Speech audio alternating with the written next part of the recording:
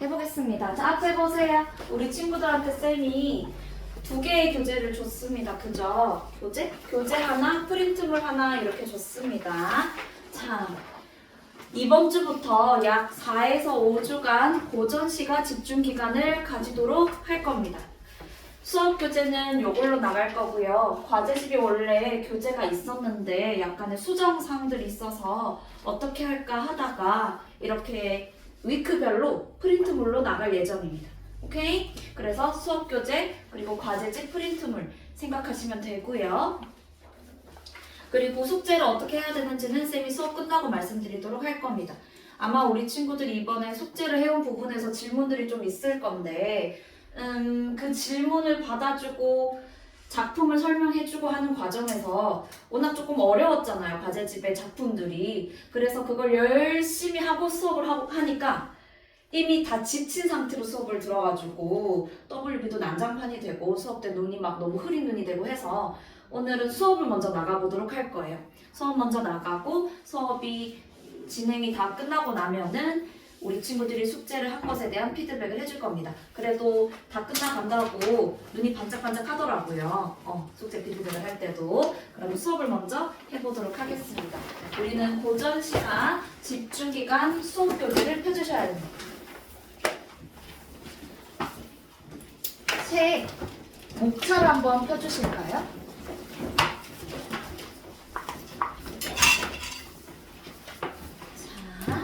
목차를 한번 펴보면 우리 친구들이 4에서 5주간 수업을 듣게 될 고전시가 요 작품들은 싹 다 시조입니다. 다 시조예요. 시조가 무엇이었는지 기억나시나요? 시조는 몇 장 구성?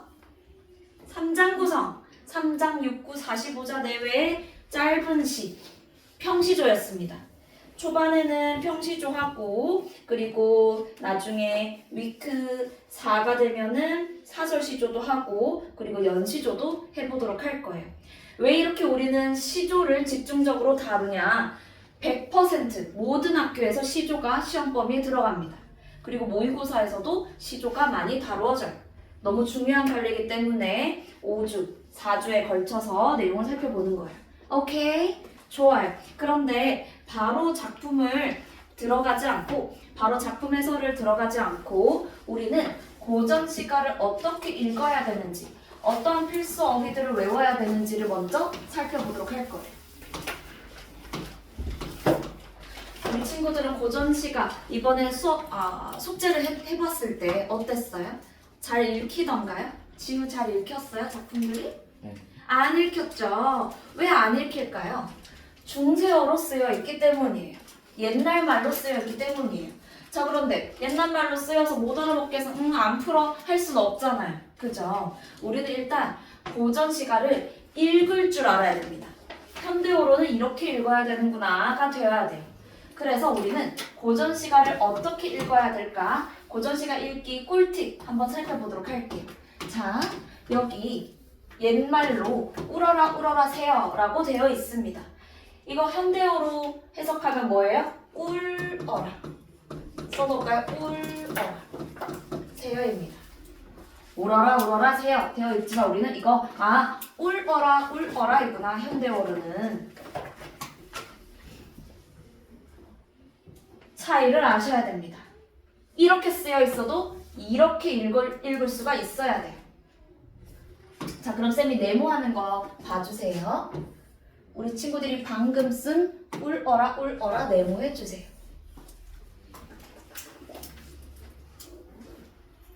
자, 그러면 질문해보도록 하겠습니다. 네모를 한 것과 밑줄을 한 것 중에 쌤이 방금 밑줄 했어요. 네모한 것과 밑줄 친 것 중에 이어적기는 무엇일까요? 어떤 표기가 이어적기 표기일까요? 밑줄일까요? 네모일까요? 승진? 밑줄. 밑줄입니다.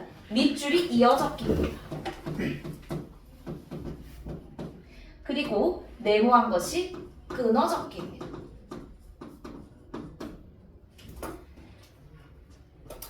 옛날에는 중세국어 시기에는 이어적기가 많이 됐었고요. 현대국어에서는 이어적기가 될 때도 있지만 보통 끊어적기로 씁니다.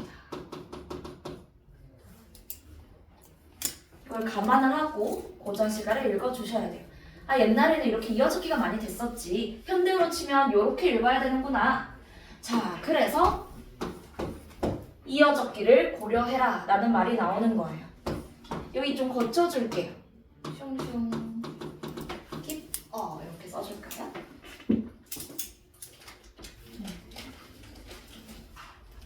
그렇지. 잘했어요. 자, 여기서 깊어 이어적기입니다. 깊어 끊어적기입니다. 이어적기와 끊어적기의 차이 아시나요? 앞에 봐요. 이거 우리 친구들 중세국어 문법 수업을 할 때도 배우게 됩니다. 곧 배우게 될 거예요. 자, 여기서 깊어 같은 경우에 피읍에 동그라미 해보세요. 지금 여기 피읍은요, 음절 종성에 쓰여 있습니다. 그죠? 앞음절 종성을 그대로 종성 자리에 써주면 그럼 끊어적기입니다. 앞말과 뒷말을 끊어 적은 거예요. 이와 달리 뒤음절 초성을 뒤음절 종성을 정말 미안해요. 앞음절 종성을 뒤음절 초성에다가 이어서 쓰면 이어적기라고 하는 거예요. 옛날에는 이어적기를 많이 했다. 현대국어로 해석을 하면 끊어적기로 읽어야 된다. 이해했죠? 넘어가 보도록 할게요. 중세국어 시기엔 이어적기를 했다는 거. 자, 그러면 이번엔 이 친구를 동그라미 해볼까요? 현대국어에서는 얘들아 쓰이지 않는 모음의 셈이 동그라미를 해봤어요. 이 친구의 이름은 아레아입니다. 지금은 없는, 옛날에는 있었던 모음 아레아예요. 우리 친구들은 중세국어 공부할 때 또 이게 나올 겁니다. 그러면 그때는 더 이상 점이라고 하지 마시고, 예를 들면 덕기쌤, 현지쌤이 얘랑아 이 친구의 이름을 아니하면 점이요 하지 말고 아레아라고 해주셔야 됩니다. 오케이? 좋아요. 자, 이 아레아는 현대국어에 있어 없어 지루해? 없어요. 없어요. 자, 그러면 이 친구를 현대로 치면 어떻게 읽어야 될까? 옛날에는 이 친구 약간 오와 어 사이 애매한 발음이었어요. 어떻게 발음해야 됐을까요? 어떻게 해야 됐을까요? 애매해. 크니까 사라진 거야. 오케이? 어쨌든 아레아는 현대국어로 치면 아 혹은 으로 생각하고 읽으면 좋습니다. 아, 으. 사실 아, 으뿐만 아니고 오, 우도 집어넣을 수 있어요. 집어넣었을 때 자연스럽게 읽히는 것으로 읽으면 됩니다. 무소하다? 이상하잖아요. 무사하다? 자연스럽죠? 그럼 무사하다라고 읽는 거예요. 해금. 이거 가을, 가울 아니고 가을로 읽었을 때 자연스럽죠? 오케이? 아래아는 아, 으, 오, 우 등으로 바꿔서 읽어봐라. 자, 이번에는 조금 어려운 개념입니다. 어두자운군입니다. 자, 어두자운군. 또 역시 우리 친구들이 중세국어를 공부하게 될 때 배우게 될 용어입니다. 어두, 초성을 의미합니다. 단어의 머리, 초성을 얘기해요. 초성 자리에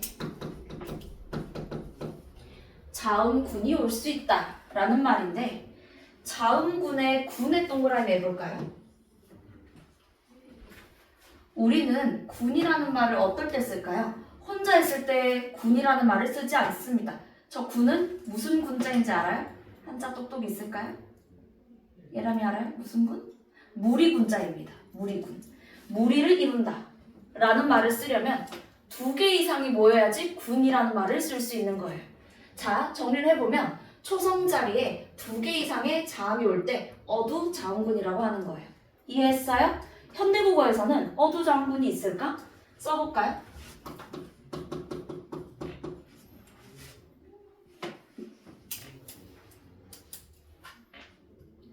아영아, 이거 어떻게 읽어야 될까요? 쌀? 맞아요. 현대국어로 치면 쌀입니다. 잘했어요. 옛날엔 어떻게 읽었을까요? 알 수 없습니다. 엄청 정확하게는 알 수 없지만 확실한 건 중세국어 때는 단어 초성이 이렇게 2개 이상의 자음이 올 수 있었다. 발음은 아마 보통 학교쌤도 이렇게 하실 거예요. 부살 이런 식으로. 오케이?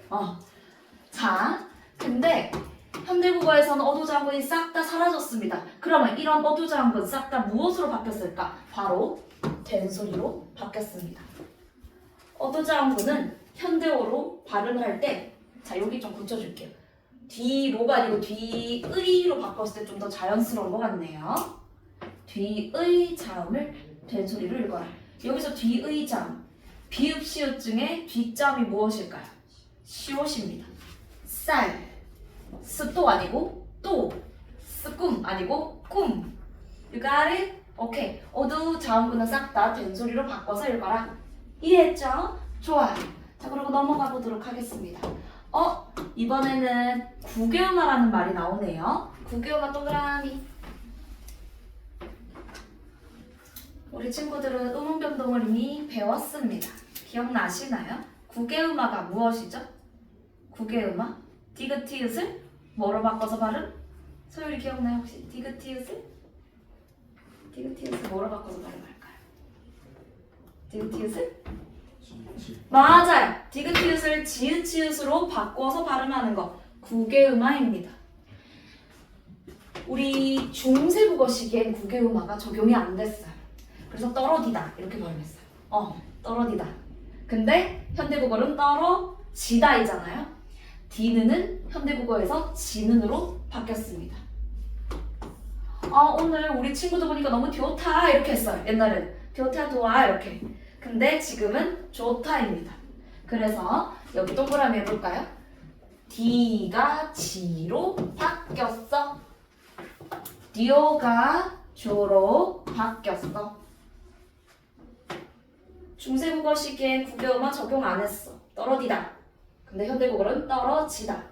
이해했어요? 좋습니다. 자, 그러면 또 넘어가 보도록 할게요. 두음법칙 동그라미 해볼까요?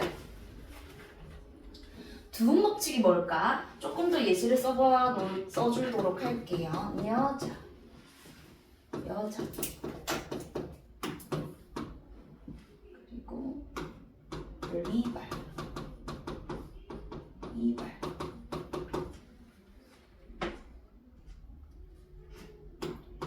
노인, 노인.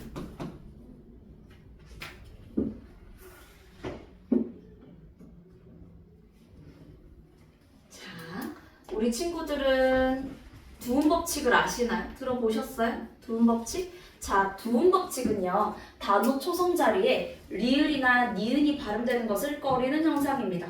그렇다고 무작정 다 탈락되는 건 아니고, 니은은 무조건 탈락이 되는 편이고요. 한자어에서. 그리고 리을, 이 리을은 니은으로 바뀌거나 아예 탈락되거나 합니다. 조금 더 정확하게 어떤 환경에서 탈락되고 어떤 환경에서 니은으로 바뀌는지는 문법 시간에 외우면 됩니다. 간단하게 말하면 리을은 반몽이나 이 앞에서 탈락합니다. 나머지에서는 니은으로 교체돼요. 어쨌든 여자가 여자로, 리발이 이발로, 로인이 노인으로 바뀌어서 발음되는 거 두음법칙. 현대국어에 적용해야 안 해요? 자, 현대국어에 적용이 안 된다 하면 북한 사람이에요. 이 남조선에서는 두음법칙 적용합니다. 봐봐 이 친구 이렇게. 언니는 이제 이도 아니신가요? 서지우시죠? 네, 만약에 진짜 미안해요. 쌤이 가르치는 친구 중에 이도라는 친구가 있습니다. 근데 그 이가 북한에서 이제 리도가 되는 거예요. 이해했어요? 자, 북한 사람들은 두음법칙 적용 안 해요. 남조선 사람들은 두음법칙 적용합니다. 자, 그런데 중세국어 시기에는 밑줄 쳐볼까요? 중세 시기에는 이렇게, 중세 시기에는 이렇게, 중세 시기에는 이렇게 두음법칙 적용 안 했습니다. 오케이? 그래서 두음법칙 적용 안 돼 있으면 적용해서 읽으시면 됩니다. 다시 한번 이름을 바꿔서 부른 점 죄송합니다. 자, 넘어가 보도록 하겠습니다.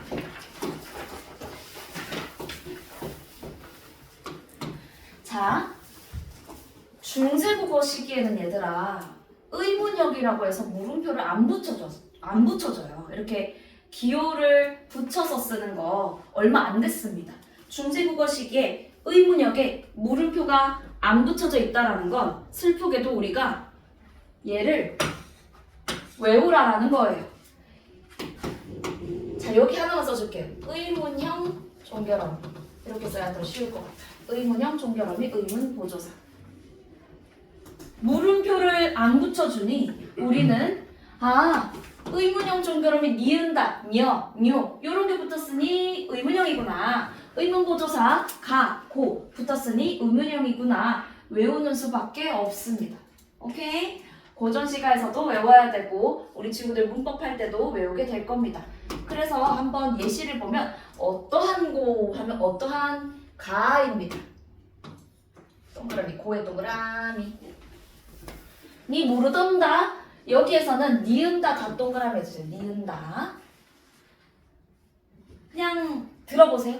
주어가 너입니다. 너 몇 인칭? 너는 몇 인칭이야? 2인칭입니다. 주어가 2인칭일 때 쓰이는 의문형 어미 니은다입니다. 어차피 기억 못 하시겠지만 그래도 말씀드렸습니다. 너희들 의 종이냐? 이렇게 바꿔주실래요? 너희들 의 종이냐? 이렇게 해야 좀 더 자연스럽습니다. 너희들 의 종이냐? 자, 그리고 여기 가에도 동그라미. 요런 의문형 어미가 쓰일 수 있다. 우리는 일단요 고전시가를 어떻게 읽어야 되는지 먼저 살펴봤습니다. 자, 고전시가를 자연스럽게 읽을 수 있어야 된다. 현대어로. 여기서 끝이 아닙니다. 우리는 정말 안타깝지만 한자 바보들입니다. 옛사람들에 비하면 옛말이 너무 어려워요. 근데 이 평가원 사람들은 우리가 필수어휘를 안다고 생각하고 출제를 하십니다. 너는 이 정도는 다 해석할 수 있잖아 하고 출제를 한다라고요. 그럼 우리는 어떻게 해야 돼요? 외워야죠. 외워야 되는 필수어휘들 살펴보도록 하겠습니다. 오늘도 역시나 WB 테스트가 있습니다. 난장판이 났어요. 물론 잘 친 친구들도 많습니다. 그런데 막 지들 멋대로 쓴 친구들도 있어요. 고전시가 어휘가 너무 어려운 친구들이겠죠. 쌤이 오늘도 역시나 열심히 힌트를 줄 것이니 좀 열심히 들어주세요. 좋아요. 자, 우리는 주제별 어휘 살펴보도록 하겠습니다. 주제별로. 첫 번째, 자연과 관련된 어휘입니다. 얘들아, 가람이란 말이 있고 강이라는 말이 있습니다. 무엇이 한자일까요? 가람일까요? 강일까요? 맞아요. 가람은 우리 고유어입니다. 우리말. 강은 한자입니다. 가람이라는 말이 나온다. 강이구나 하시면 되고요. 건공감리는 아시잖아요. 하늘과 땅이고요. 자, 동그라미. 무릉도원 동그라미 해볼까요? 무릉도원은 누가 사는 세계일까요? 옆에 써주세요. 신선세계라고 써주세요. 무릉도원 옆에 신선세계. 신선들이 사는 이상세계입니다. 푸르른 강이 흐르고 연못이 있고 연꽃, 복숭아꽃이 막 떠다니는 이상세계. 자연 속 세계를 아름답다라고 예찬하고 싶을 때 내가 있는 이곳이 무릉도원이구나 이렇게 표현을 합니다. 필수어휘를 암기할 때요. 이렇게 어휘와 뜻만 보지 말고 어떠한 상황에서 쓰이는지 이 예시들을 잘 봐주시면 좋을 것 같아요. 무슨 말인지 알겠어요? 자, 그래서 도원은 어디인가? 무릉은 바로 여기로다. 이렇게. 자, 물알체 모르는 사람은 없어. 자연과 내가 하나다. 넘어가고. 자, 뱉고. 왈왈. 안 돼. 흰 강아지에 귀엽겠다. 안 되고요. 보통 흰 갈매기. 끼룩끼룩. 끼룩끼룩 뱉고라고 외워주세요. 멍멍 뱉고 말고. 끼룩끼룩. 자, 그리고 소부허유. 요 친구들. 친구들이라고 하면 안 돼요. 아주 옛날에 아주 훌륭했던 은사들이거든요. 소부허유. 하나 이름이 아닙니다. 소부와 허유입니다. 옛날에 옛날 중국에서 자연 속에 응거하면서 사셨던 분들입니다. 넘어가고요. 자, 이번엔 연하입니다. 나이 어린 사람? No, 아닙니다. 여기서 연하는 안개연, 놀하. 안개와 노을, 자연을 상징하는 말이고요. 자, 그리고 천석고항. 천석고항의 천석은 자연을 의미합니다. 고항은 병입니다. 자연병? 이게 뭔 말이야? 자, 우리 친구들 누군가를 지독하게 사랑하면 병에 걸립니다. 어떤 병에 걸리죠? 잠을 못 자고요. 밥이 안 넘어가고요. 마음이 막 불안하고요. 심장이 콩닥콩닥 뛰어요. 누군가를 몹시 사랑해도 병에 걸립니다. 근데 양반들은 거기에 착안해서 나는 누군가를 몹시 사랑해서 병에 걸리듯 자연을 너무너무 사랑해서 병에 걸렸어. 연병을 하고 있었습니다. 자, 여기서 천석광은 자연을 몹시 사랑하는 병. 다시 말해 밑줄. 자연의 아름다운 경치를 정말 사랑한다 라고 얘기할 때 나 천석광에 걸렸어 라고 표현을 했습니다. 천석광과 같은 말 써놓을까요? 연, 하, 고, 질 써놓겠습니다. 연하고질. 자, 연하고질의 연하가 뭐라고? 어리다 no 안개 놓을 자연을 사랑하는 고질병입니다. 풍월주인, 난 자연의 주인이 되었다 할 때 풍월주인이란 말 썼고요. 한중직미, 한가운데, 자연 한가운데 느끼는 참다운 말, 한중직미라는 말을 썼습니다. 여기서 어휘 테스트에 나오는 친구들은 무엇일까요? 연하, 천석광입니다. 바꿔 적지 마라. 연하, 천석광. 이렇게 예시들이 나올 겁니다. 여기 빈칸 먼저 가게 이렇게 나올 거예요. 넣어가시고요. 자, 이번엔 소박한 삶과 관련된 어휘들 보도록 하겠습니다. 밑줄부터 쳐보도록 할게요. 물결 할게요. 띠집, 모청, 수강모, 물결. 띠집, 모청, 수강모, 물결.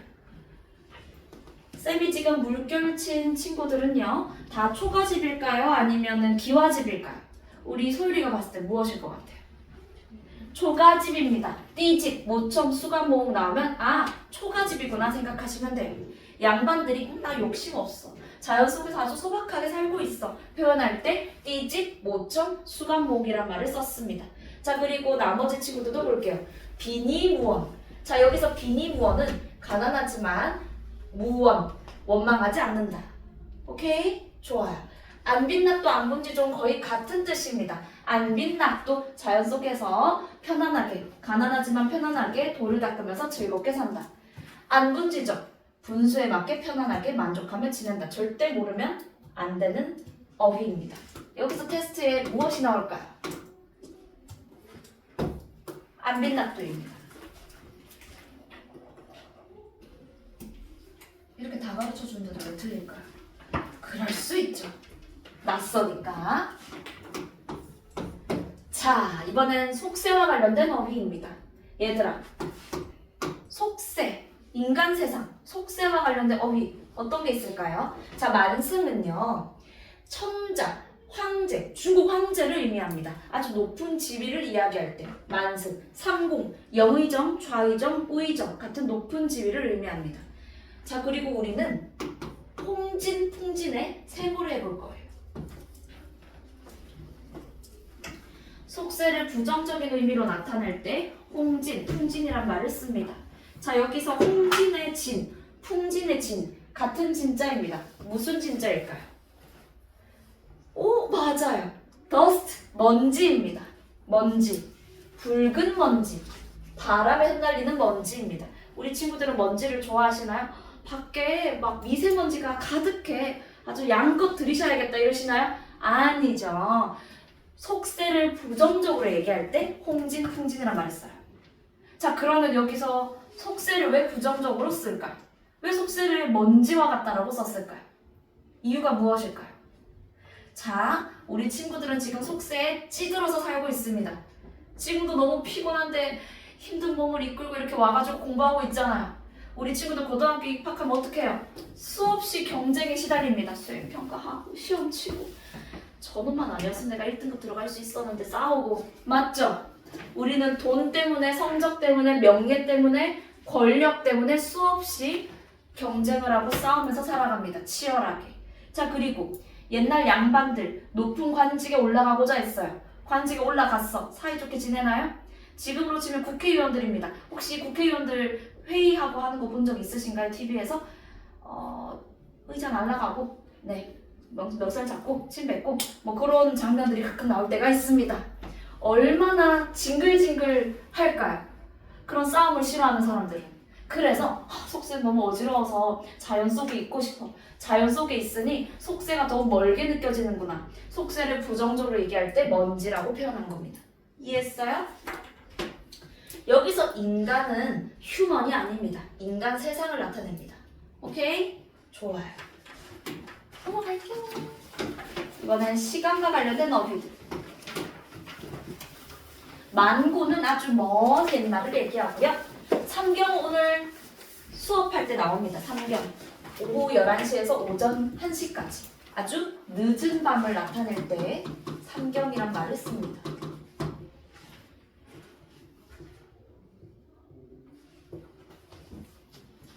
오케이? 자, 그리고 증은은 천입니다. 증은이 고유어입니다. 천이 증은이면 그럼 백은 뭘까요? 아는 사람 있어요? 백은 온입니다. 백이 한자, 온이 우리말입니다.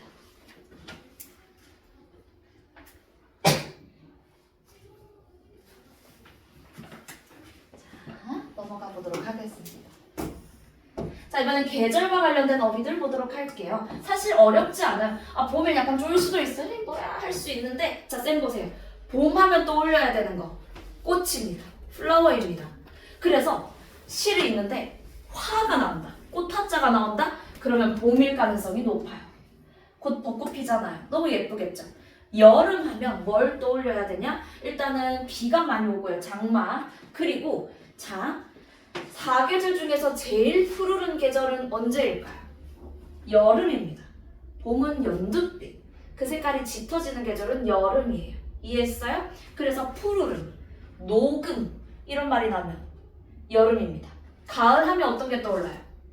낙엽, 그리고 귀뚜라미. 귀뚜라미 친구들이 귀뚜루루 우는 계절 가을입니다. 귀뚜라미 나면 가을. 그리고 서리가 낀다. 가을입니다. 자, 겨울 하면 뭐가 떠올라요? 대구에선 잘 못 보는데 서울에선 자주 볼 수 있어요. 눈입니다. 눈이 나오면 겨울. 어렵지 않죠? 자, 앞에 보세요. 그래서 봄에 이렇게 다양한 꽃이 핍니다. 화 나면 봄이라고요. 오케이? 복숭아꽃, 살구꽃, 진달래꽃, 백꽃. 자, 이 중에서 이화 좀 이따가 수업할 때 나와요. 작품에서 이화가 나옵니다. 이화는 백꽃입니다. 새우, 슈림프 아닙니다. 여기서 새우는 비입니다. 비우자입니다. 가랑비, 봄비를 나타내고요. 자, 그리고 여름, 녹음 동그라미. 여기서 녹음은 푸른 잎을 얘기합니다. 푸르다, 여름입니다. 자, 그리고 가을입니다. 가을에 실솔 동그라미 해볼까요? 실솔, 귀뚜라미입니다. 외워주시고요. 겨울 넘어갈게요. 눈 넘어갑시다. 아, 그리고 매화, 매화만 좀 밑줄 쳐볼까요? 매화는 추운 계절에 피는 꽃입니다. 아, 꽃이라고 해서 또 무조건 봄에 피는 건 아닙니다. 매화는 보통 지조와 절개를 상징합니다. 쌤 봐요. 매화, 난초, 국화 이런 친구들은 추운 계절을 펴요. 추운 계절을 이겨내고 피는 친구들입니다. 매화, 난초, 국화 나오면 추운 계절을 나타낸다. 넘어가고요. 또 임금과 관련된 어휘들이 있습니다. 성, 은, 역구는 성, 군 이런 건 임금, 은은 은혜입니다. 희왕은 중국의 황제였고요. 넘어갈게요.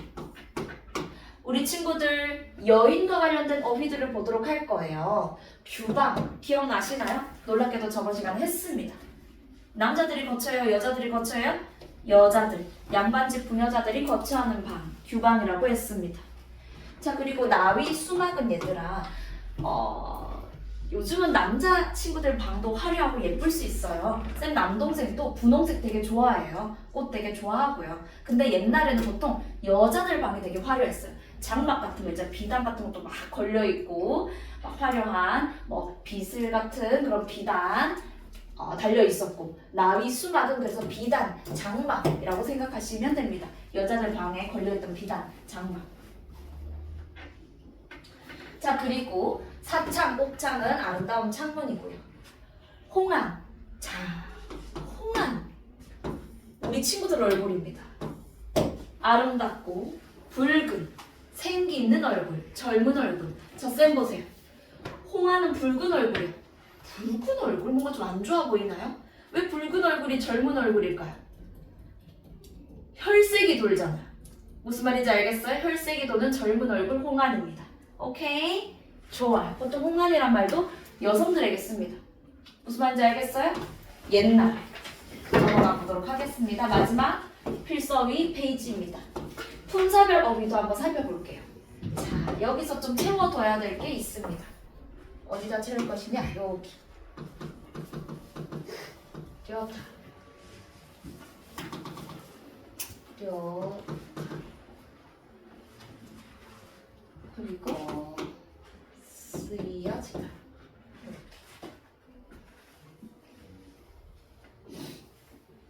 한 번에 못 외워요.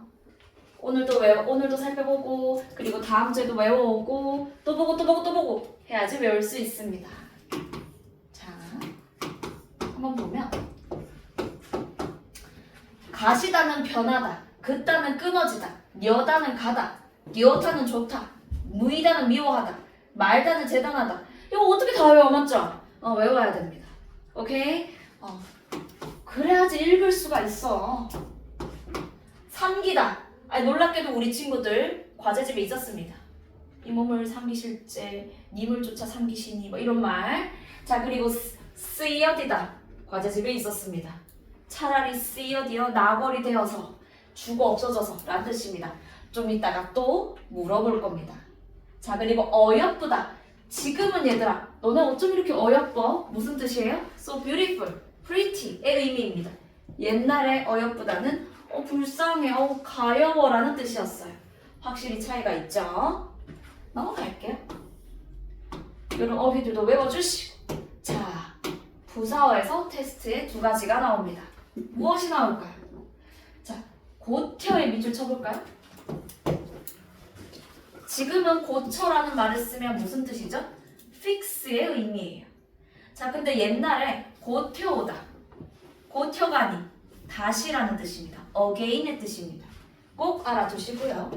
모처라는 마침. 모처라 밤이기에 망정이지. 마침 밤이기에 망정이지. 바히는 바히 전혀. 슬카자면 실컷. 자, 그리고 적은 덧 건듯. 이거는 잠깐 사이. 적은 덧 사라졌으니. 잠깐 사이에 사라졌으니. 하는 몹시. 하마는 이미 벌써입니다. 여기서 테스트에 무엇이 나올까요? 이미 밑줄을 쳐버렸습니다. 고텨, 적은 덧입니다. 고텨는 다시, 적은 덧은 잠깐 사이. 오케이, 넘어가자. 마지막 조사 어미입니다. 조사와 어미에서도 테스트에 나오는 것이 있습니다. 무엇일까요? 자, 여기서 일단 뭐뭐 도곤, 뭐뭐 보다입니다. 쌤 도곤, 우리 친구들이 더 젊다 하면은 도곤은 보다입니다. 뭐뭐 을쉐라는 뭐뭐일까 두렵다. 손대, 다려, 여기 끊어주세요. 쉼표 해주세요. 뭐뭐 손대, 뭐뭐 다려, 에게라는 뜻입니다. 누구에게? 자, 그리고 하, 예를 들면 뭐 소율하 하면 소율아, 지훈해 하면 지훈야 이런 뜻입니다. 오케이? 여기서는 도곤이 나옵니다. 어휘 테스트에 무엇이 나오는지 살펴봤죠? 필수 어휘들 외워주셔야 됩니다. 오케이? 작품 들어가기에 앞서서 하나만 말씀드릴게요. 우리 친구들은 앞으로 수도 없이 많은 모의고사를 치르게 된다. 그 모의고사에서 가장 고난도 문제는 보통 어떤 영역에서 출제가 될까요? 1, 2등급을 가르는 고난도 문제. 어디에서 출제될까요? 얘랑 어디에서 출제될 것 같아? 가장 어려운 문제? 고정식. 아닙니다. 미안해요. 네. 어디서 나올까요? 비문학 중에서도 과학, 경제 이런 지문에서 고난도 문제가 출제됩니다. 1등급, 2등급을 가르는 1등급과 2등급을 가르는 문제는 과학 지문에서 경제 지문에서 비문학에서 나옵니다. 고전 시각 파트 생각보다 오답률이 적습니다. 그런데 보통 이제 1, 2, 3등급 친구들은 고전 시가를 잘 하는데 그 밑에 친구들은 고전 시가를 조금 어려워할 수 있어요. 자, 쌤이 하고 싶은 말은 고전 시가는 그렇게 어려운 난이도로 나오지 않는다. 다시 말하면 공부만 하면 맞힐 수 있는 영역입니다. 학습의 양을 조금만 늘리면 충분히 맞힐 수 있는 문제로 평가원 사람들은 출제를 합니다. 왜? 1, 2등급은 비문학에서 가르면 되니까. 근데 고전 시간을 공부를 안 했어요. 어려운 말 싫어 필수업이 싫어 안 하면 틀려요. 공부를 하면 맞출 수 있고 안 하면 틀리는 영역이 고전 시간입니다. 공부해야 돼, 안 해야 돼, 그러면? 해야 돼. 해야죠. 해서 우리는 다 맞춰봅시다. 아니 물론 초반에는 좀 틀릴 수 있어요. 3월 모의고사, 6월 모의고사 틀릴 수 있죠. 근데 아마 우리 친구들도 느끼게 될 거예요. 점점 모의고사를 풀어나가는 과정에서 고전 시간에서 틀리는 그런 비율은 좀 줄어들 겁니다. 자, 한번 같이 한번 해보도록 할게요. 한 손에 가시를 들고 한번 같이 보도록 하겠습니다. 이 작품은 대체 무슨 말을 하는 것일까요? 잠깐 한번 읽어보실래요? 5초 드릴게요. 5초 너무 짧다. 8초 드릴게요. 읽어보세요. 쌤은 이 작품 읽으면 너무 옛날 사람들 귀엽다 이런 생각을 하거든요. 진영이는 뭔 말하는지 알겠나요? 잘 모르겠어요? 쌤 봐요. 우리 친구들은 나이 들고 싶어요? 싫어요? forever young 하고 싶어요? 안타깝지만 세월은 그 누구도 막을 수 없습니다. 너네도 금방 쌤 나이가 되고 하게 될 거예요. 근데 옛날 사람들도 나이 먹기 싫었나 봐요. 아 나이 먹기 싫어. 아 나 나이 드는 거 싫어. 흰머리 아 진짜 너무 싫어. 이렇게 표현하지 않고 세상 귀염뽀짝하게 표현을 했습니다. 같이 한번 보도록 할게요. 상상을 해보세요. 한 손에 가시를 들었어요. 네모하세요. 또 한 손에는 막대를 들었어요. 이 사람, 이 우탁이라는 사람 들고 뭐 하려고 하는 걸까요? 사람 찌르려고 하는 걸까요? 아닙니다. 늙는 길을 막으려고 합니다. 가시로 막아요. 아 싫어 늙는 길 싫어 막고 오는 백발은 막대로 치려고 합니다. 아 백발 오지마 저리 가 이렇게 하고 싶대요. 자 여기서 그럼 가시와 막대는 늙음을 막아내고자 하는 수단입니다. 문제를 해결하고자 하는 수단. 근데 그렇다고 해서 해결이 되지는 않습니다. 해결하고자 하는 수단인데 뭐 해결 안 돼.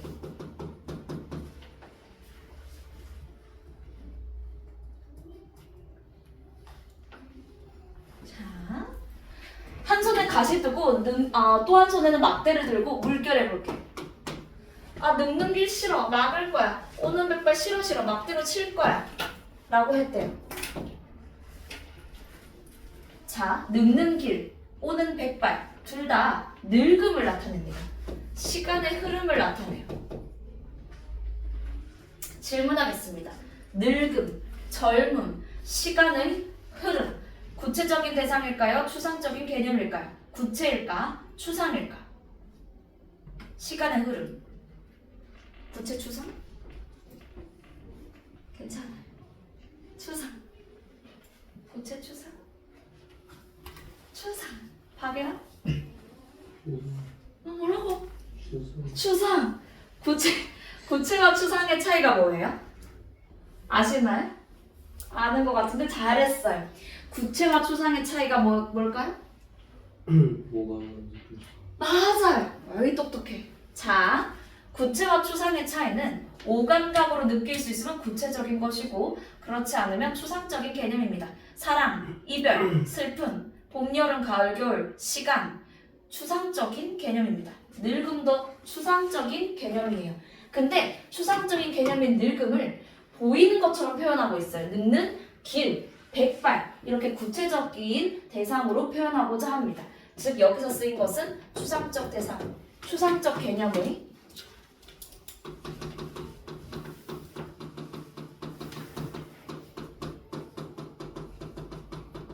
구체화가 쓰였다.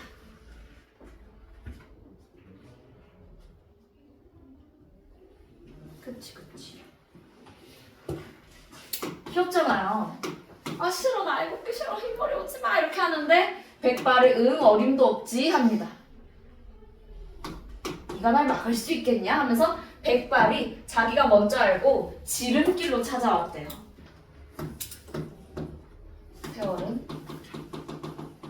빠르게 지나간다.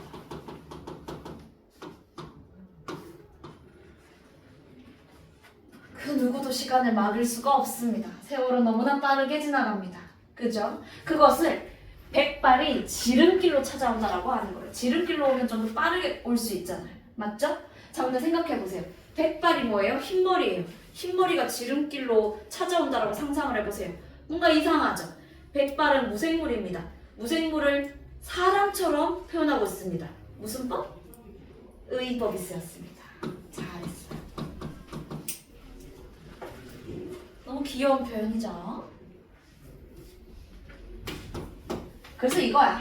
내가 아무리 나이를 안 먹으려고 노력을 해도 나이는 먹게 되더라 하면서 그냥 약간 받아들이는 달관적인 태도가 나타나 있습니다. 너네 달관이 뭔지 알아요? 달관적 태도를 들어보셨어요? 재밌었어요? 자, 달관적이라는 것은 쌤이 되게 좋아하는 사람들의 유형입니다. 쌤은 저러지 못해요. 달관적이다. 사소한 것에 얽매이지 않고 약간 통달하듯이 사는 사람들. 달관적인 사람들입니다. 아무리 막으려고 해도 오더라. 이런 뜻입니다. 자, 그래서 이 시는요. 탄로가입니다. 나이 드는 것을 탄식하는 노래. 그런데 그걸 되게 구슬프게, 애달프게 표현하지 않고 재밌게 표현하고 있어요. 오지마, 오지마 이렇게. 그죠? 해학적입니다. 익살스럽게 표현을 했습니다. 이해했어요? 넘어가 보도록 하겠습니다. 이런 문제들도 우리 친구들 풀어오셔야 됩니다. 서술형도 빼먹지 말고 풀어오시고요. 넘어가 보도록 하겠습니다. 아주 잘하고 있습니다. 쌤은 이 시간대 친구들 아주 좋아합니다. 분위기가 짱이에요. 피곤할 텐데. 눈이 가끔 감기는 친구도 있지만 그래도 너무 좋아합니다. 자, 두 번째 시 보도록 하겠습니다. 이 시는 우리 친구들 익숙합니다. 얘랑 무서워요. 네. 자. 눈이 감겨. 사탕 줄까? 얘랑 사탕 먹을래요? 네. 네. 그러면 쌤이 사탕을 줄 테니까 작품을 한번 읽고 있어 볼까요? 네. 혹시 보셨어요? 안 봤어요? 꿈에 나올 수도 있어요. 자두랑 청포도 중에 뭐가 좋으신가요? 자두. 네. 청포. 네. 드실? 자두 청포도. 청포. 자두 청포도. 청포. 우리 예람이 뭐 먹고 싶어요? 자두 먹고 싶어요. 먹고 싶어요, 자두. 네.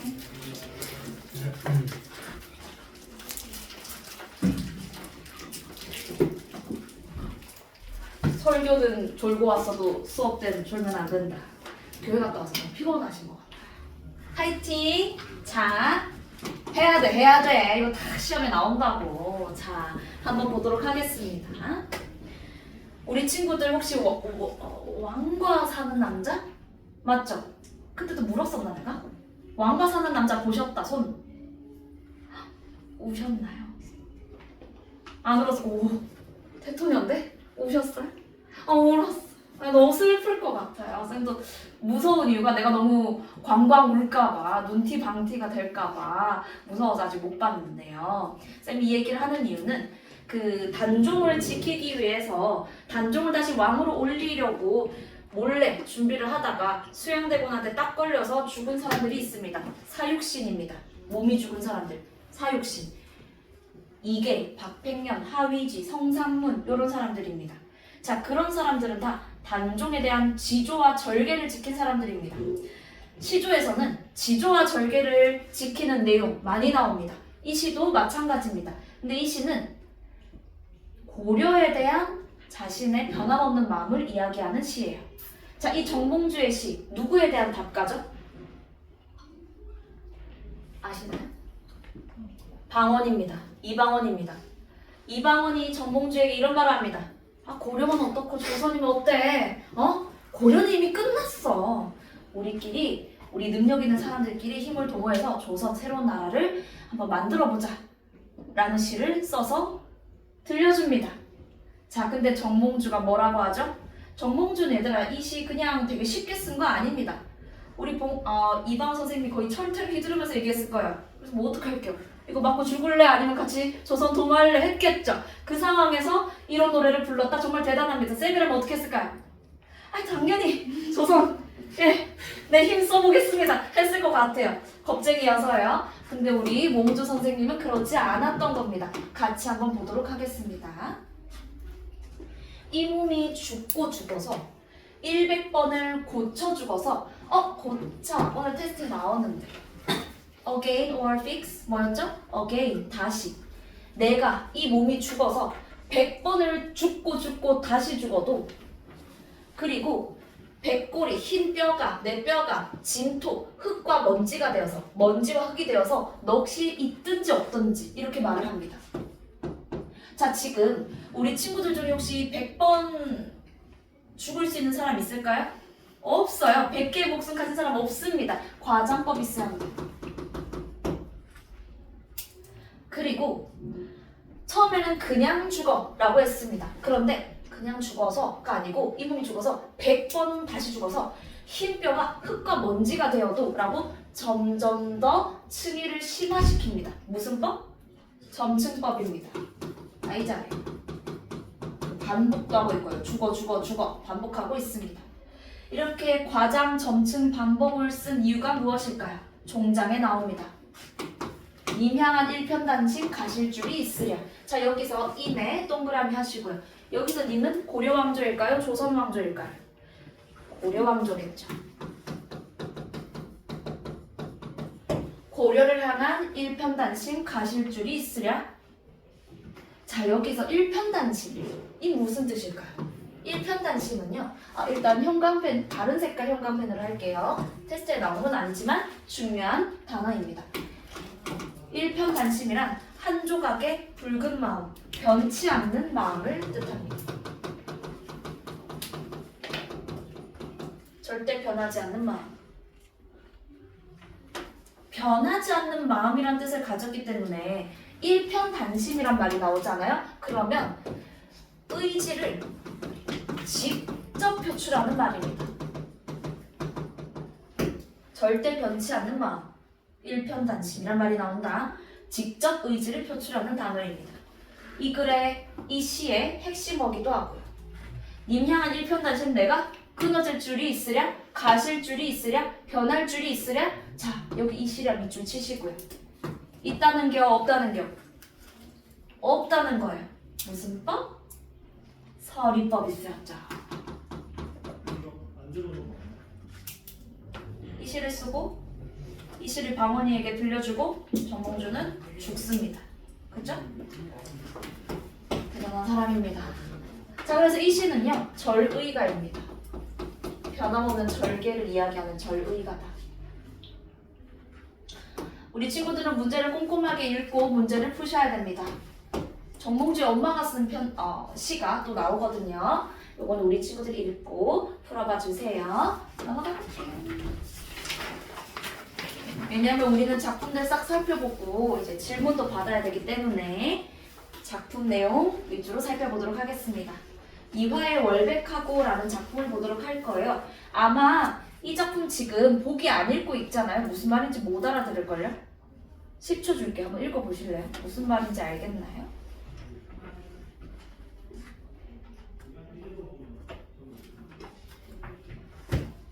예람이 알겠어? 어렵지? 네. 네. 자, 쌤 보세요. 이 작품은요, 특히 배경 지식을 좀 알아두면 좋거든요. 9번에 보기를 읽고 우리 친구들 보기에 중요하다라고 생각하는 부분 밑줄 좀 쳐주세요. 다쳤다. 다친 친구들은 쌤이 앞에 적는 거를 적어주세요.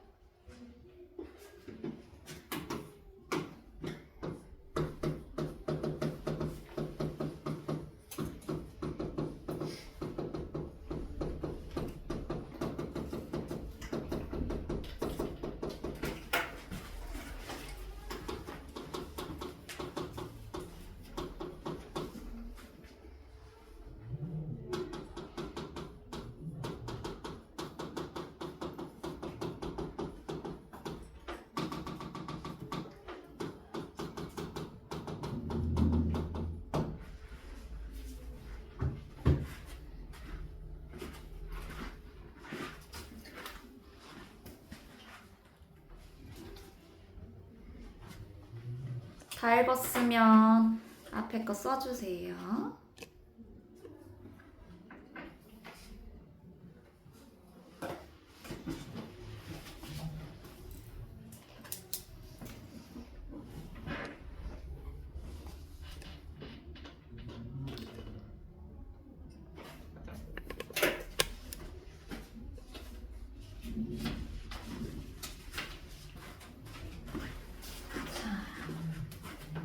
다 썼나요? 5초 드리겠습니다.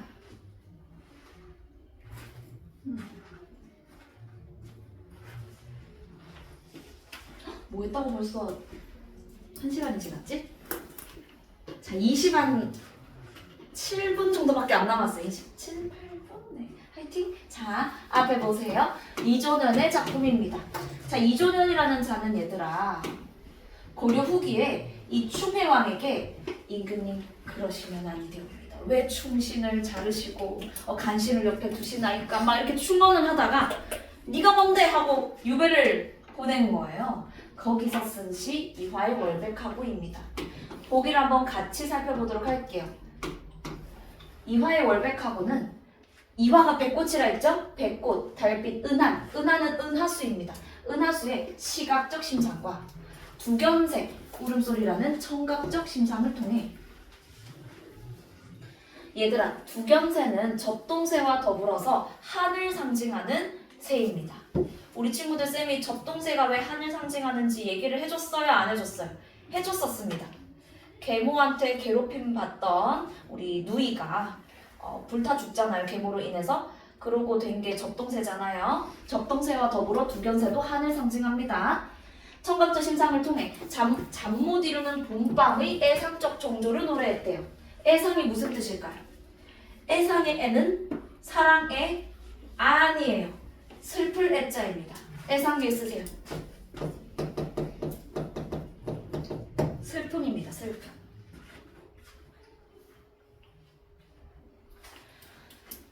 슬픔의 정서를 노래한 작품으로 작가가 귀양살이를 하던 중에 유배지에서 애상을 표현을 한 시다. 자, 그래서 이 작품 어떤 내용일지 한번 살펴보도록 하겠습니다. 이화의 월백하고 은한이 삼경인제. 자, 이화의 동그라미. 이화 무슨 꽃? 백꽃. 백꽃은 어느 계절? 봄의 계절. 백꽃은 무슨 색? 흰색. 자, 여기서 이화는 봄의 꽃이고요. 그리고 이화는 흰색이거든요. 자, 근데 여기 해석을 해드릴게요. 이화의 월백하고 백꽃에 달빛이 환하게 비치고 이런 뜻입니다. 아름답게 해석이 되죠. 자, 여기서 밑줄 한번 쳐볼게요. 이화와 월백 둘 다 흰빛입니다.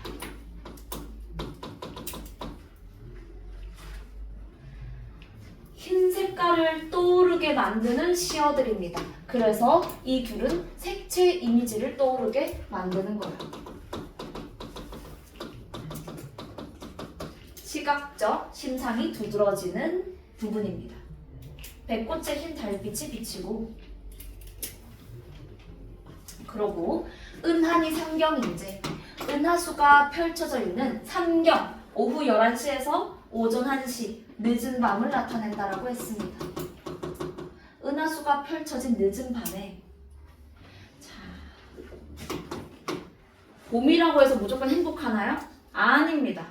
누군가에겐 봄이 괴로울 수 있어요. 예를 들면 벚꽃이 피는 봄날 애인한테 까였어. 그러면 그녀는 혹은 그는 벚꽃만 봐도 슬퍼지는 거예요.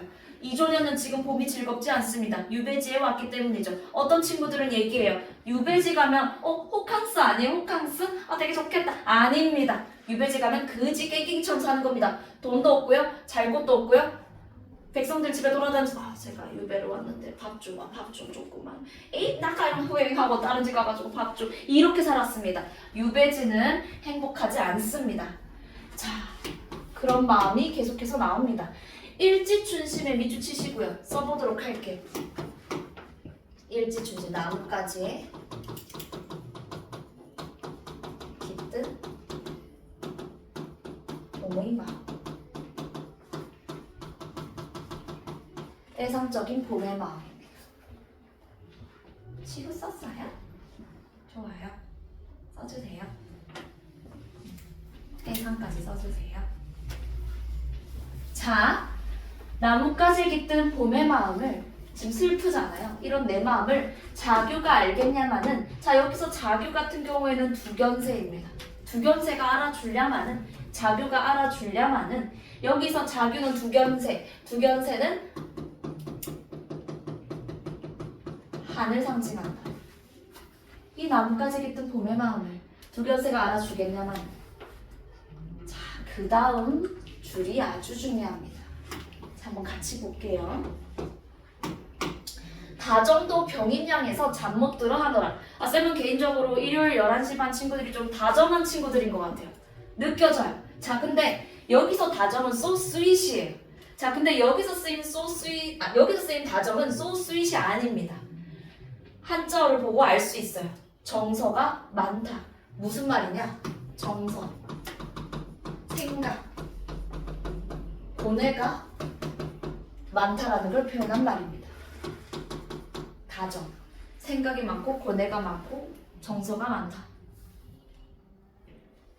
무슨 말인지 알겠어요? 유배왔잖아요. 충원하다가 이 나라 대체 어떻게 되는 것인가? 우리 왕 어떻게 해야 될까 하면서 생각이 많은 거야. 다정도 이게 병이 되어서 밑줄 잠 못 들어 한대요. 불면증에 시달리대요. 자, 잠 못 들어 하면서 괴로워하고 있는 슬퍼하고 있는 화자의 마음이 담겨 있습니다.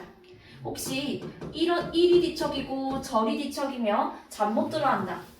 한자 아는 사람 하면 우리 친구들 보통 정답 전전긍긍 이럽니다. 아닙니다. 전전긍긍은 약간 좀 불안하다 정도고 잠 못 든다. 전전반측입니다. 들어봤어? 괜찮아요. 오늘 듣고 외우시면 되죠. 전전반측, 이리 뒤척이고 저리 뒤척이면서 잠 못 든다.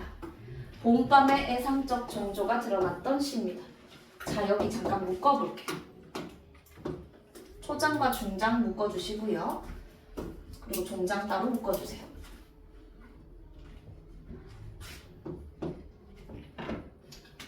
초장과 중장에서는 봄날의 정경이 나타나 있습니다. 그리고 그에 대한 잠 못 드는 정서가 많은 자신의 정서가 나타납니다. 밑줄에 무엇이 들어가야 될까요?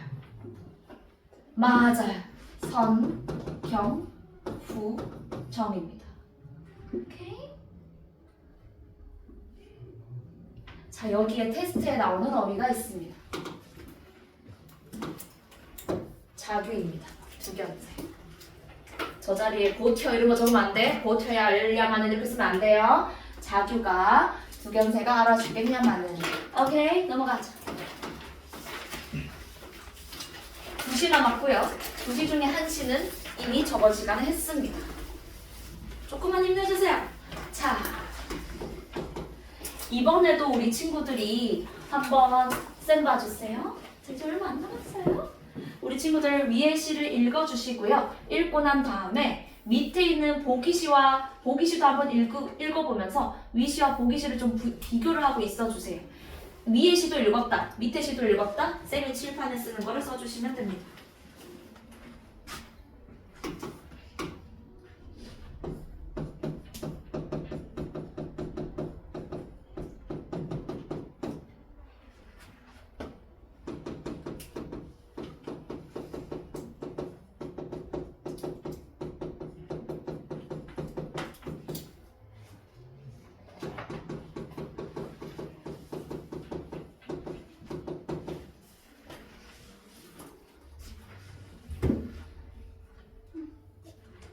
읽었으면 앞에 있는 거 써주세요.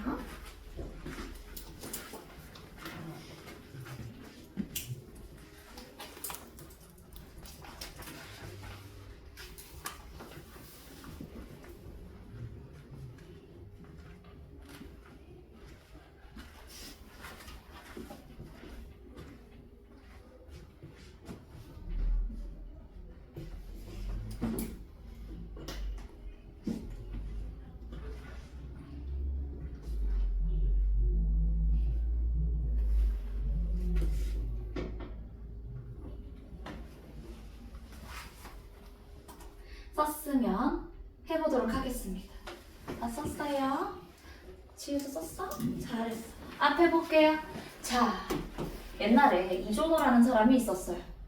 고려 말의 문신이었고요. 자, 그런데 그때 공민왕이 왕이었을 때 승려, 신돈이란 자가 있었습니다. 승려하면 어떤 게 떠오르세요? 집신 신고. 집신을 신고 아주 소박하게 살아가는 스님의 모습이 떠오르시죠? 신돈은 그렇지 않았습니다. 승려인데 화려한 생활 너무 좋아했어요. 공민왕이 되게 예뻐했던 승려인가 봐요. 그 권세에 힘입어가지고 막 집도 엄청 화려하게 꾸미고요. 그리고 자기 주변에 있는 능력 없는 사람들도 막 높은 관직에 오르게 시키고 합니다. 그런 모습을 보고 이종호는 안 됩니다. 신돈 탄핵해야 됩니다. 저자는 간신입니다. 했다가 오히려 이종호가 좌천당합니다. 신분이 깎이는 거예요.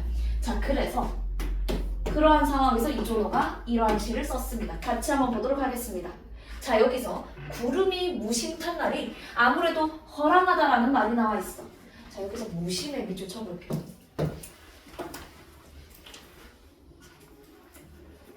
여기서 무심은 얘라면 어쩜 나한테 또 무심해? 진짜 서운해. 이런 뜻이 아니에요. 여기서 무심은 욕심 없다. 사심이 없다. 이런 뜻입니다. 욕심이 없고 사심이 없다. 자, 그럼 다시 해석을 해볼게요. 구름이 욕심 없다라는 말, 다 거짓부렁이다 이 말이에요. 다 못 믿을 것이다. 자, 그럼 여기서 질문할게요.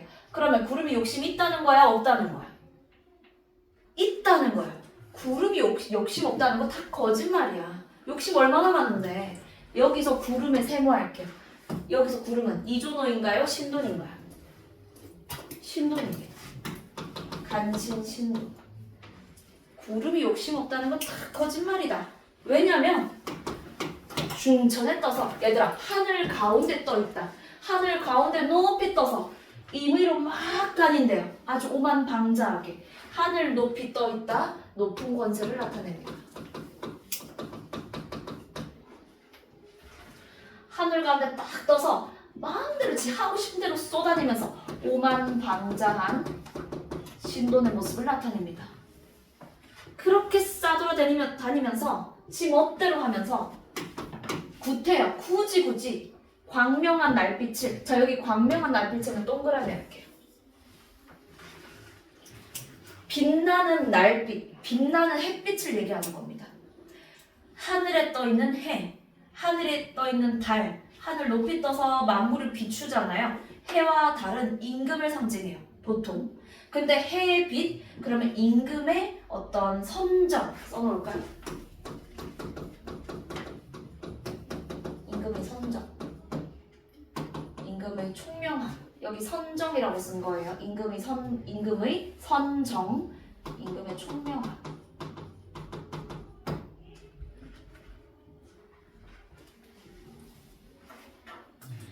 자, 선정은 좋은 정치를 얘기합니다. 자, 그런데 구름이 막 쏟아지면서 임금의 햇빛을 막 덮어요. 이 말은 결국에는 신돈이 임금의 좋은 정치를, 임금의 총명함을 가린다, 방해한다 라는 뜻으로 해석을 해야 되는 겁니다. 이해했어요?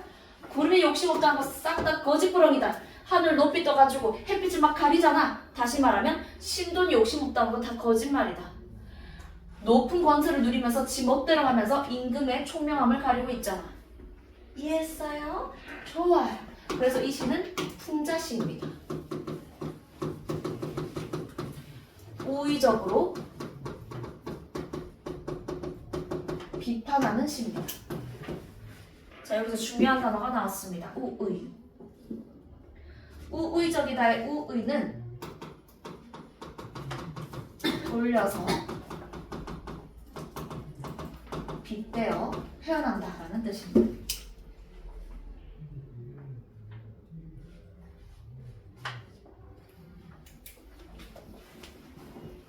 신돈을 구름에, 임금의 총명함을 광명한 날빛에 빗대어 표현했죠. 여기서 구름, 신돈을 나타낸다. 넘어갑시다. 마지막 작품. 근데 우리 저번 시간에 했어요. 그래서 빨리 할 거예요. 하지만 우리가 저걸 했다고요? 기억이 안 나는데요? 하는 친구도 있을 겁니다. 기억나는 사람? 좋아요. 치유 기억나? 저번 시간에 시작하자마자 한 건디. 자, 한번 같이 보도록 하겠습니다.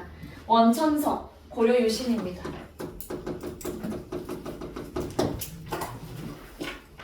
여기서 또 WB에 나오는 어휘가 있습니다. 같이 한번 보도록 할게요. 자, 눈 맞아 휘어진 대를 원천서. 고려가 망해가고 있습니다. 조선이 세워지려고 해요. 그때 원천서는 무엇을 선택하냐? 어떤 생각을 가지고 있냐? 고려를 지키고자 하는 고려에 대한 변함없는 마음을 가지고 시를 썼습니다. 같이 한번 보도록 할게요. 눈 맞아서 휘어진 대를 누가 굽었다고 하는가? 자, 여기서 눈 맞아 휘어진 대에 대 동그라미.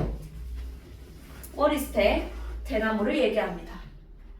눈을 막 맞아서 살짝 휘었나봐요. 그 대나무를 보고 야 저거 완전 굽었네 굽었어 라고 하는 사람들한테 하는 말이에요. 눈 맞아서 고난에 빠져있는 이 대나무 누가 굽었대? 굽다턴 거 물결. 대나무에게 시련이 무엇이죠? 눈이죠.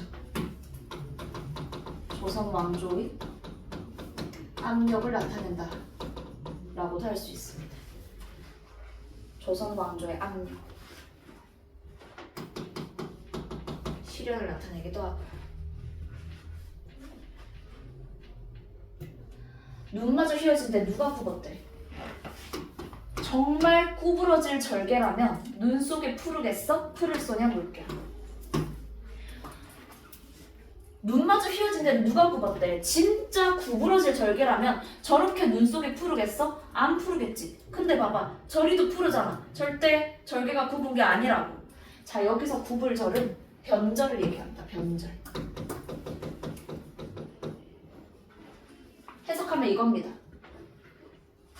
눈 맞아서 휘어진 대나무 누가 굽었대? 안 굽었어. 정말 구부러질 절개라면 눈 속에 푸르겠어? 안 푸르겠지. 자, 마지막 한번 가보도록 하겠습니다. 아마도 세한고절은 너뿐인가 하노라. 자, 여기서 세한고절. 추위 속에서도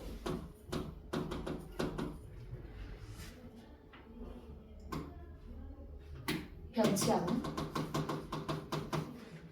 절개를 나타낸다. 아마도 세한고절은 너뿐인가 하노라. 여기서 너의 동그라미. 여기서 너가 누구?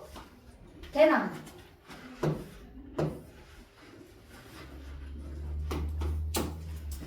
물결에 무슨 표현 쓰였어?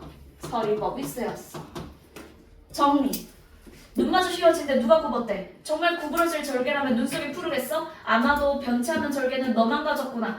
해석을 해보면 누가 나보고 변절했대. 진짜 내가 변절했으면 이렇게 고통스러워하겠어? 나는 고려에 대한 마음 절대 변하지 않을 거야. 이 말을 하고 싶은 겁니다. 여기서 너는요, 대나무를 나타낸다라는 점에서 사람한테 쓰는 너라는 말을 썼다라는 점에서 의의법이 쓰이기도 했고요. 그리고요, 화자 자신을 나타내기도 합니다. 원천서 자신을 나타낸다라고도 할 수 있습니다. 이 시도 역시 절의가다. 오케이. 세한고절은 테스트에 나옵니다.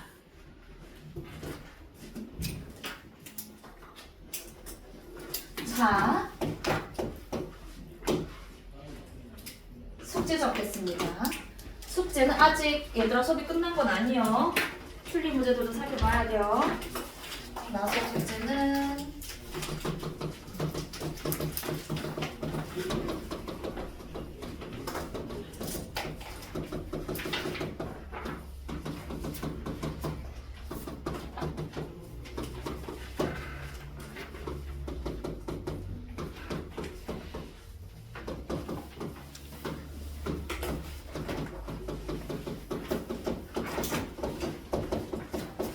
자, 요렇게거든요. 그 모의고사도 가져오셔야 되는 거 알죠? 1차 모의고사 문학 수업 때도 가져와야 합니다. 자, 여기서 필사가 무엇이냐 말씀드리도록 할게요. 여기서 필사는요, 쌤 봐요. 수업 교재 문제 풀고 오답 분석 해오셔야 되고요. 채점도 해오셔야 되고요. 과제집도 뒤에 같이 있습니다. 풀고 오답 분석 해주셔야 되고요. 자, 그런데 과제집의 문제는 OX밖에 없습니다. 적습니다. 그럼 뭘 해와야 되냐? 수업 교재에서 쌤이 필기해준 내용을 이렇게 지문학습하기 필사해 오셔야 됩니다. 이해했어요? 필사가 뭐야? 베껴 쓰는 겁니다. 베껴 쓰면서 정리를 해와야 돼. 까먹지 마라. 까먹으면 남겨서 시킬 거다. 숙제 질문 받겠습니다. 자, 이제 백인의 지혜랑 저번 시간에 숙제한 거 꺼내보시고요. 수업 교재 질문 먼저 받아보도록 할게요.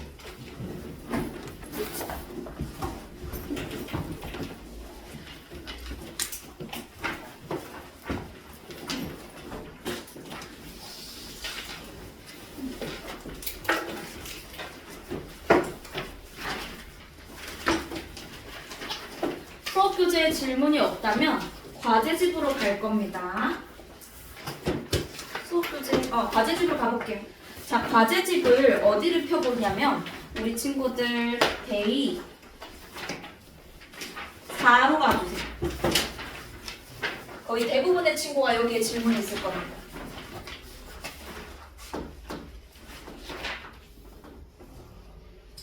송민국, 앞에 봐.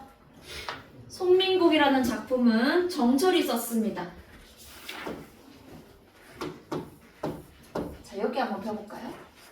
여기 14번 있는 쪽 폈으면 적어주세요. 송민국과 사민국 묶어서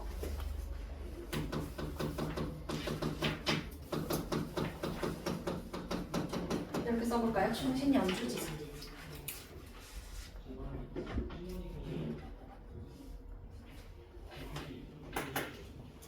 자, 충신연주지사란 해볼까요? 다들 가요. 충성스러운 신하가 임금을 사랑하는 마음을 담은 노래입니다.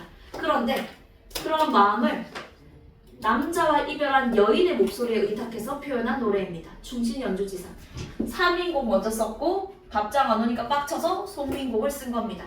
송민곡은 대화체입니다. 눈치채셨나요? 작품 읽으면서 감녀와 을녀의 대화가 이루어져 있습니다. 감녀, 을녀 차이는 일단 감녀가 먼저 말하는 사람입니다. 그래서 그 감녀의 말을만 좀 표시를 해줄게요. 여기서 현대어풀이를 한번 펴보실까요? 현대어풀이 데이 4 여기 95쪽 펴서 여기 묶어볼게요. 여기까지 저희가 하는 저 없이 본드 또 하거나 누구를 보러 가시는가까지 묶어서 감녀 써주세요.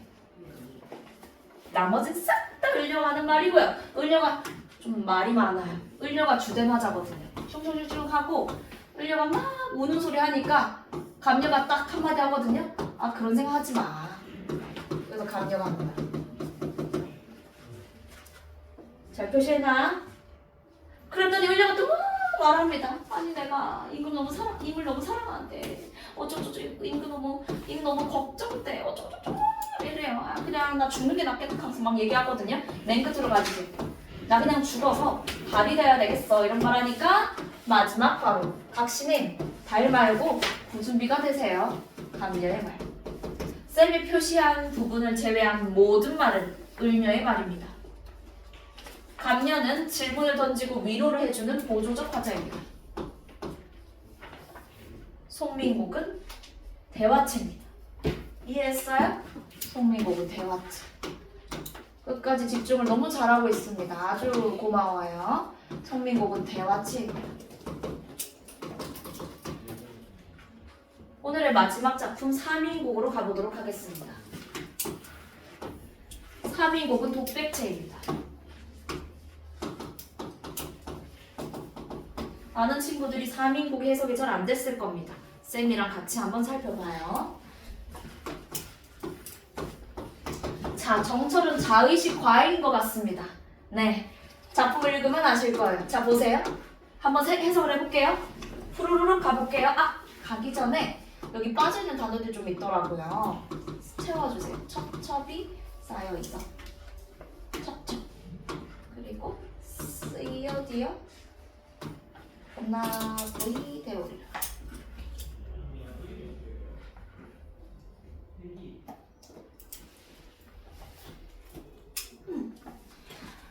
자, 그러면 작품을 한번 같이 볼게요. 오늘 거의 마지막이에요. 힘내주세요.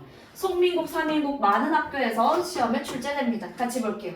엊그제 내가 임을 맺어서 광안전에 올라 있었거든. 광안전은 옥황상제가 사는 궁궐입니다.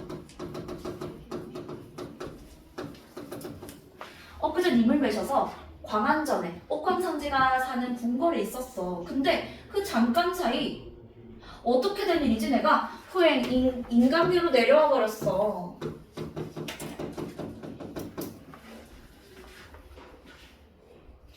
자, 여기서 화자는 누굴까요? 하늘에서 내려온 선녀입니다. 화자는 무려 자신을 선녀로 표현한 거예요. 이해했어요? 정설은 확실히 잘시 과잉인 것 같습니다. 자, 여기서 묶어주시고 여기 적당 모티프가 나타나거든요. 이 용어도 참 많이 보게 될 겁니다. 하늘에서 써주세요. 하늘에서 내려오는 모티프, 적강 모티프입니다. 천상계에서 지상계로 내려오는 모티프, 적강 모티프. 시에서도 소설에서도 잘 쓰입니다. 자, 해석해 볼게요. 내가 옥황상제 옆에 있었는데 인간계로 내려왔어. 해석하면 내가 임금 옆에 있었는데 모함을 받고 고향으로 내려왔어. 요렇게 해석을 하셔야 됩니다. 올적의 비스머리가 헝클어진 지 3년이라 내가 지금 내 고향인 정철로 치면 정남 창평으로 내려온 지 3년이 됐어. 연지분 있지만 누굴 위해 고이할고 화장품 있지만 이거 누굴 위해서 찍어발라. 잘 보일 사람 없는데. 나 지금 너무 서럽고 시름도 대단하고 한숨 눈물이 막 흘러. 하루도 12때 한 달도 30날이거든. 작은 더 테스트에 나오는데 잠깐 사이라도 생각을 안 해서 이 시름을 잊고자 하는데 이 마음에 맺혀 있어 시름이. 그래서 골수에 깨터시니 이거는 뼈에 사무쳐 있으니 이 시름이 뼈에 사무쳐 있으니 편작이 여리오다 한들 여기서 편작은 명의를 나타냅니다. 편작이란 사람 중국의 아주 유명한 의사였습니다. 편작 명의입니다. 평작이 10명이어도 이 병 못 고친다. 아이고 내 병 임금님 탓이다. 임 탓이다. 임 탓하네요. 차라리 죽어서 범나비가 될 거야. 범나비 동그라미. 화자의 분신입니다.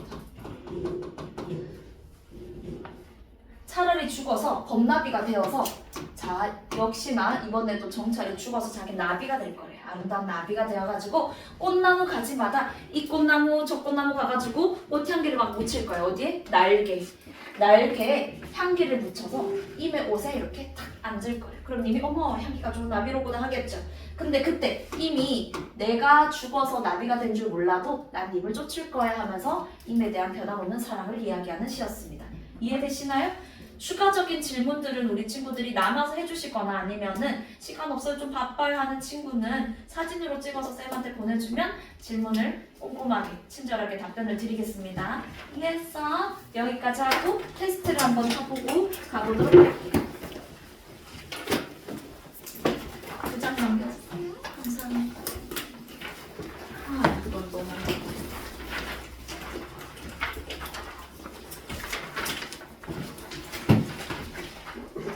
음.